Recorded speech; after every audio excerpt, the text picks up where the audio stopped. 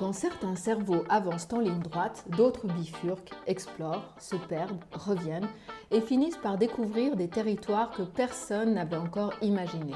Ce sont les cerveaux TDAH, rapides, sensibles, curieux, parfois débordés par leur propre intensité, mais porteurs d'un potentiel immense. Je suis Delphine Muller, neuropraticienne en neurofeedback. Bienvenue dans Turbulence cérébrale. La motivation. On en parle un peu comme d'une illumination. Un jour elle est là, le lendemain elle s'évapore, comme si elle dépendait d'un alignement cosmique ou d'un miracle intérieur.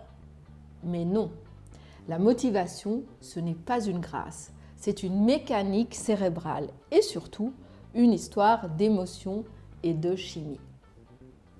Imaginez le cerveau comme une maison. Tout commence à l'étage, dans le système limbique, la salle des émotions.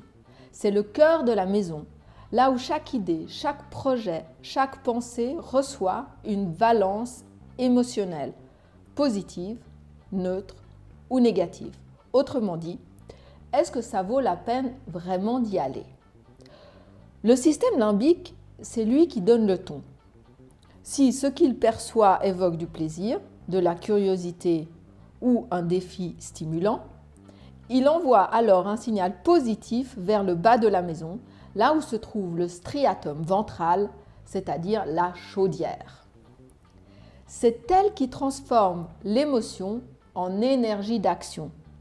Quand le message venu du système limbique est positif, la chaudière s'allume, la dopamine, notre carburant interne, circule dans les conduits neuronaux et la chaleur monte jusqu'au dernier étage de notre maison, le cortex préfrontal, c'est-à-dire le bureau de pilotage.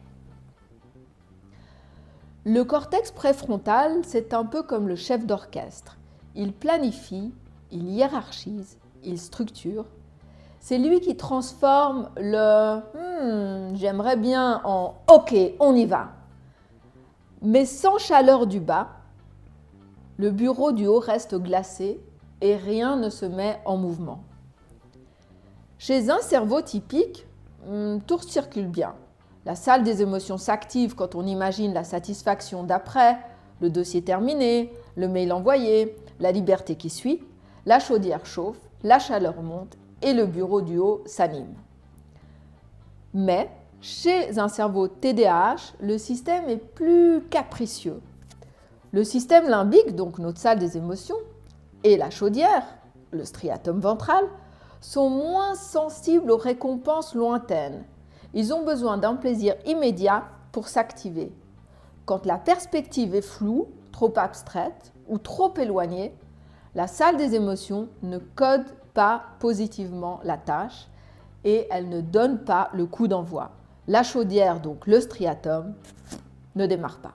Et le bureau du haut, le cortex préfrontal, lui, il attend un signal qui ne vient pas. C'est un peu comme vouloir chauffer une maison entière avec une seule bougie à chauffe-plat. Alors techniquement c'est possible, mais il faudra attendre très longtemps. Alors, le cerveau attend une émotion forte pour relancer tout le circuit. Une urgence, un stress, un déclic soudain. Et quand cette émotion arrive, la salle des émotions s'embrase, la chaudière s'allume et toute la maison chauffe d'un coup. C'est le démarrage impulsif, rapide, efficace, spectaculaire, mais instable. La dopamine monte d'un coup, puis retombe tout aussi brutalement. Exemple.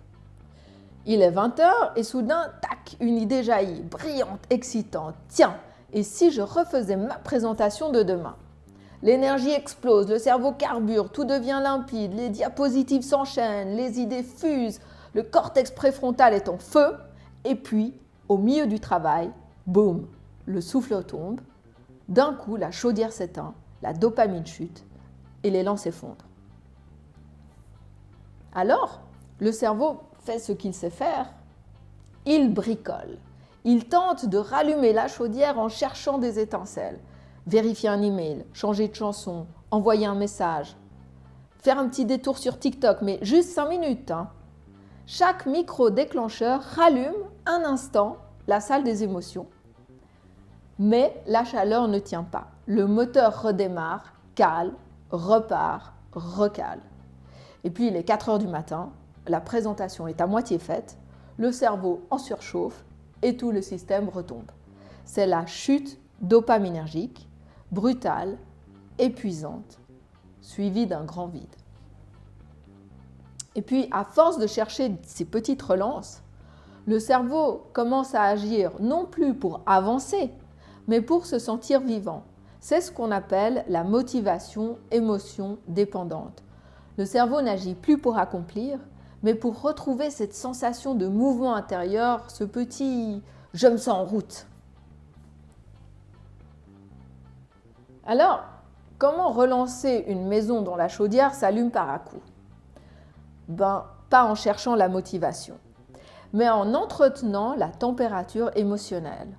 Le cerveau de TDAH a besoin de retours rapides, concrets, sensoriels, et non pas de promesses abstraites, mais des preuves visibles, parce que la dopamine se nourrit de ressentis immédiats. Alors voici quelques stratégies simples, efficaces et réalistes que vous pouvez mettre en œuvre. La règle des 5 minutes. Commencez n'importe quelle tâche en vous disant « je le fais 5 minutes ». C'est souvent suffisant pour réchauffer la salle des émotions et rallumer la chaudière. Une fois la chaleur relancée, le mouvement devient plus naturel. Les micro-avancées visibles. Découpez la tâche en petites étapes et matérialisez chaque progrès. Cochez une ligne, déplacer un objet, fermer un onglet. Chaque geste envoie un signal dopaminergique stable au cortex préfrontal en lui disant « Allez, tu avances ». Il y a aussi le couplage sensoriel. Associez une tâche à une sensation plaisante, une boisson que vous aimez, une lumière agréable ou même une playlist qui stimule juste ce qu'il faut.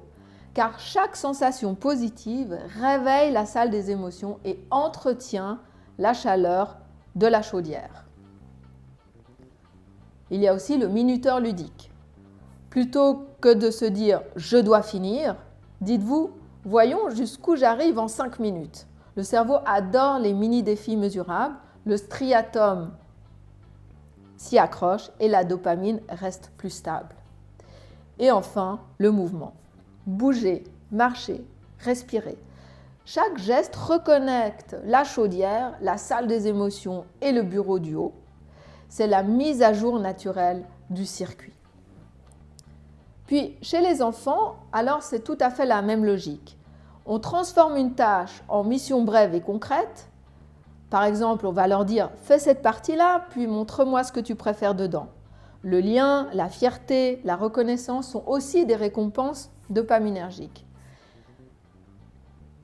Petit à petit, le cerveau apprend à fabriquer sa motivation au lieu d'attendre qu'elle lui tombe du ciel. Parce qu'au fond, la motivation n'est pas une illumination. C'est une collaboration entre la salle des émotions, notre système limbique, la chaudière, le fameux striatum, et le bureau du haut, notre cortex préfrontal. Une construction vivante entre désir, émotion et action. Et quand cette alliance s'équilibre, le cerveau retrouve ce qu'il cherchait depuis le début, non pas une impulsion magique, mais un élan cohérent et le plaisir d'avancer. Un cerveau TDAH n'a pas besoin d'être corrigé. Il a besoin d'être compris et piloté avec intelligence, humour et bienveillance. Dans le prochain épisode, on parlera de performance et de surmenage, de ces cerveaux TDAH qui carburent fort, parfois trop fort, jusqu'à se vider de leur énergie. À très vite et d'ici là, gardez votre grain de folie, c'est souvent là que le génie se cache.